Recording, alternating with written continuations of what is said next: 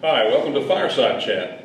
Today I'm in a special place on our campus at Delta State, the Ferriss Museum. It's housed in the Profit Center, which is adjacent to the baseball stadium here at Delta State, Ferriss Field. This museum chronicles the illustrious career of the former longtime statesman head coach in his early days at Shaw High School, to his youthful days at Mississippi State, to the height of his career with the Boston Red Sox, and finally to his days at the helm of his beloved Delta State baseball program. I'm here today with University Archivist Emily Jones, who helped create this magnificent museum. Thank you for joining me today, Emily. And if you would, please tell the audience a little bit about the story behind this museum.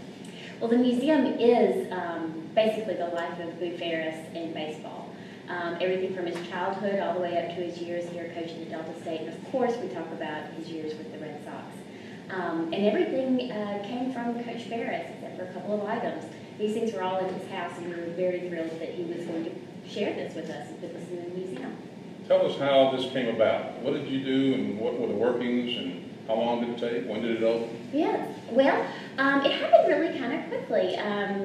We had presented to Coach Ferriss an idea of a small display just there in the archives, and he kind of liked the idea of that, but it took about 2 years for us to get him to think about a museum, a permanent space.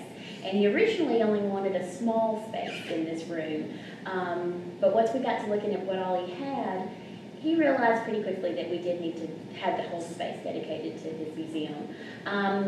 From the time that we had visited with him to get the museum going until we opened the doors, it was about 7 to 8 months. And he loves coming here and giving personal tours, doesn't he? Oh, yes, sir. Absolutely. Anytime we've got a tour going on, if he doesn't know about it first, I give him a call, let him know just to check up, see how he's doing. And he always checks out our guest register. So anybody who comes through, if you're not here with Coach Ferriss, leave him a note. He likes to see that. That is great. Now, narratively, take us around to some of the exhibits. Tell us what's here that people might be interested in when they come to campus. Okay. In the first case, we have some of his early history at Shaw. Again, the oldest piece that we have on display is his game board. And he really has an imagination, and it's displayed there. He would roll the dice and move the men around, the imaginary team around, and when he brought that to us, he knew every roll of the dice. On into the second cases, we've got his years at Mississippi State, and the contract that he signed when he went to play for the Red Sox. And he sat on his front porch in Shaw without a great big fanfare and signed that contract. We have 2 pictures from that. The train ticket that took him on to play for the Red Sox. Cases 3 and 4 have his years with the Red Sox as a rookie. And his years of playing the World Series games. Baseball signed by all kinds of friends that we see as just names. These were his friends. And then his final case in the museum is his years at Delta State. That's great. Well, it's quite a tribute to Delta State and to him, and thank you for all the good work that you put into this. Okay. Good. We invite folks to come to campus. Thanks very much for your great work with our archives on campus and all the treasures that we're trying to preserve. It's a wonderful thing we do. There are 2 other endeavors that are underway in support of Coach Ferriss. The first is a renovation of Ferriss Field that's going to be taking place in the next few months. While the planning stages are still underway, the renovation of our home Statesman baseball field will include the installation of 800 chairback seats, a state-of-the-art press box, 2 skyboxes for spectators, and new dugouts to provide a more comfortable game day experience for Statesman players and our visitors, as well as our fans.